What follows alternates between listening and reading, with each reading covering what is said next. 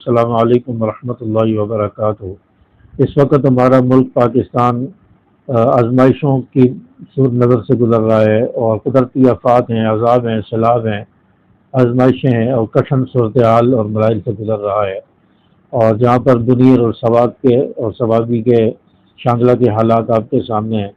کہ وہاں پر کس قدر تباہی ہوئی، بربادی ہوئی، اور کس طرح چٹانیں جو ہے پہاڑوں سے گری اور انہوں نے آبادی کو ملیا میٹ کر دیا،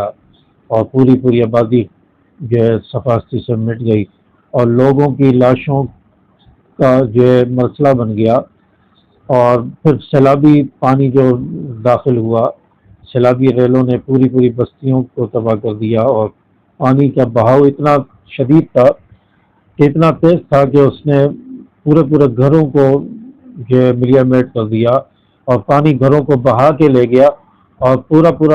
شہر اور بستیاں صفاقتی سے مٹ گئیں،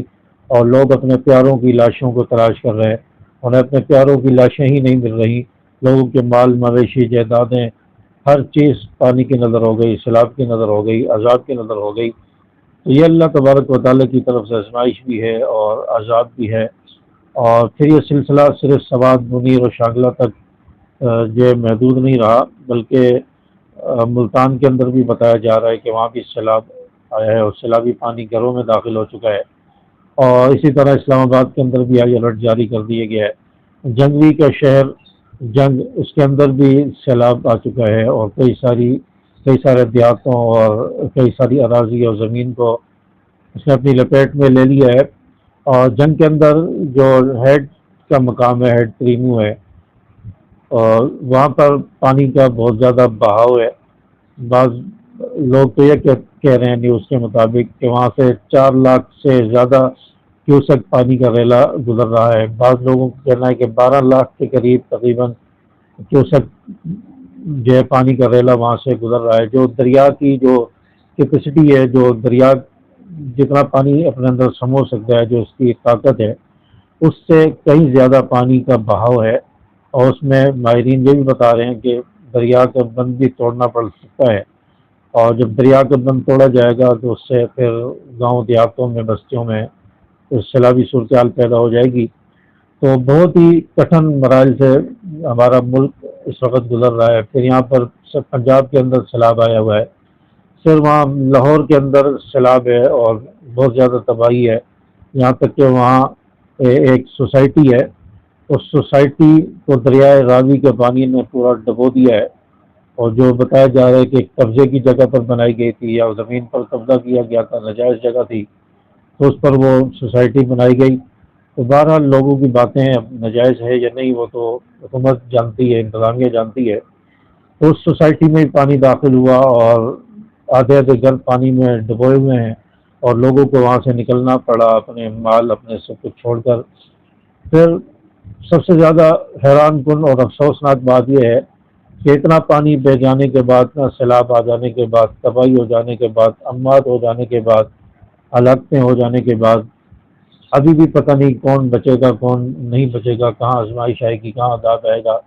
اس صورتحال میں تو ہمیں توبہ استغفار کرنی چاہیے، اللہ کی طرف رجوع کرنا چاہیے۔ اور یہ سب کیوں ہوتا ہے؟ ہمارے گناہوں کی وجہ سے، لوگوں کے گناہوں کی وجہ سے۔ ہمارے گناہ، ہم خود گناہ گار ہیں،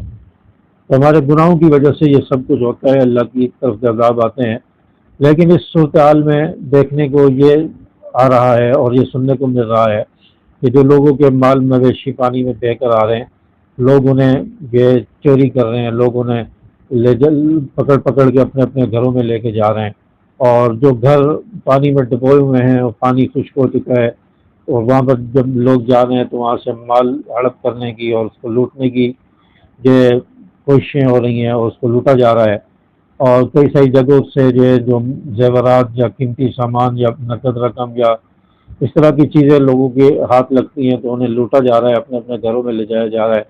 تو جہاں ہمیں توبہ کرنی چاہیے، وہاں پر ہم چوری کر کے، مال مویشی قبضے میں کر کے، ہڑپ کر کے، اور قیمتی اشیاء کو لوٹ کر اللہ کے عذاب کو مزید دعوت دے رہے ہیں۔ اس موقع پر بھی اگر ہمیں ہدایت نہیں ملتی، اس موقع پر بھی اللہ کی طرف رجوع نہیں ہوتے، اس موقع پر بھی چوریوں اور ڈکیتیوں سے اور اس طرح کی چیزوں سے ہم باز نہیں آتے، تو وہ کب موقع آئے گا، کب وہ وقت آئے گا کہ جب ہم چوری شکاری اور ان چیزوں سے باز آ جائیں گے، اللہ کی طرف رجوع کریں گے، اور یہ عذاب اور یہ آزمائشیں ہم سے ٹلیں گی، تب آخر وہ موقع آئے گا، وہ وقت آئے گا۔ عذاب کو دیکھ کر بھی ہم چوریوں کی تلاش میں اور اس موقع کی تلاش میں ہوتے ہیں کہ کیا ہماری ہاتھ، کیا کچھ ہمارے ہاتھ لگ جائے، کون سا قیمتی مال ہمارے ہاتھ لگ جائے، مال مویشی لوگوں کے ہاتھ لگ جائیں، اس وقت بھی لوگ چوری کی پلاننگیں بنا رہے ہوتے ہیں اور لوٹنے کی کوشش کر رہے ہوتے ہیں۔ تو خدا را اللہ کا خوف کریں، اللہ کی طرف رجوع کریں۔ یہ جو مال مویشی جو ہمارے ہاتھ لگ رہا ہے یا بہ کر آ رہا ہے یا امانت ہے، اس کو اپنے پاس امانت کے طور پر رکھیں، اور جن کا ہے ان تک پہنچانے کی کوشش کریں۔ تلاش کرتے کرتے لوگ جب آئیں گے تو ان کو بتائیں کہ ہمارے پاس ہیں، یا اعلان کرا کر جس طرف سے آ رہے ہیں وہاں سے لوگوں کے ساتھ رابطہ کر کے وہاں ان کے مال مویشین کے حوالے کیے جائیں کہ ہمارے پاس امانت ہیں اور یہ واپس کرنا ہوتا ہے۔ تو اسی طرح بعض جگہ پر مدارس کے طلباء، اساتذہ وہ امدادی کاموں میں، سرگرمیوں میں جو ہے وہ کوشاں ہیں اور وہ محنت کر رہے ہیں، امدادی کام کر رہے ہیں، ان کے ہاتھ بھی بہت ساری چیزیں لگی، سونا زیورات، نقد رقم اور بہت ساری چیزیں لگی ہیں، انہوں نے تو جمع کیا ہے تاکہ لوگوں تک پہنچایا جائے یا اس کو صدقہ کر دیا جائے، مستحقین تک پہنچایا جائے۔ تو یہ طریقہ ہوتا ہے مال جو ہے اس کو حاصل کرنے کا۔ تو بہرحال اللہ تبارک و تعالیٰ کی طرف سے آزمائش ہے، پورا ملک عذاب اور آزمائشوں کی لپیٹ میں ہے، اور ہمارا جو حکمران طبقہ ہے وہ جب عذاب اور سیلاب سر پر آ جاتا ہے اس وقت کوششیں کرتے ہیں کہ اب ہمیں کیا کرنا ہے، کیسے بچنا ہے، کیا تدابیر اختیار کرنی ہے۔ اس سے پہلے کوئی فکر نہیں ہوتی، سب سوئے ہوئے ہوتے ہیں، اور جب اموات ہو جاتی ہیں، عوام کا نقصان ہو جاتا ہے، لوگ پانی میں بہہ جاتے ہیں، اموات ہو جاتی ہیں، لوگوں کی جائیدادیں، املاک، زمینیں سب برباد ہو جاتی ہیں، اس وقت ہوش آتا ہے کہ ہمیں کچھ کرنا چاہیے تھا، ہمیں کچھ کرنا چاہیے، اس وقت بھی سوچ رہے ہوتے ہیں۔ تو یہ کام سیلاب سے پہلے ہونا چاہیے۔ ہر دوسرے تیسرے سال یہ صورتحال ہمیں دیکھنے کو ملتی ہے، کیوں نہیں اس کے لیے انتظام ہوتا، ڈیم بنتے یا اس کے لیے کوئی انتظام ہوتا۔ تو یہ ہماری حکومت کو بھی اس پر نوٹس لینا چاہیے، سوچنا چاہیے، اور اللہ تبارک و تعالیٰ کی طرف رجوع کرنا چاہیے، توبہ استغفار کرنی چاہیے۔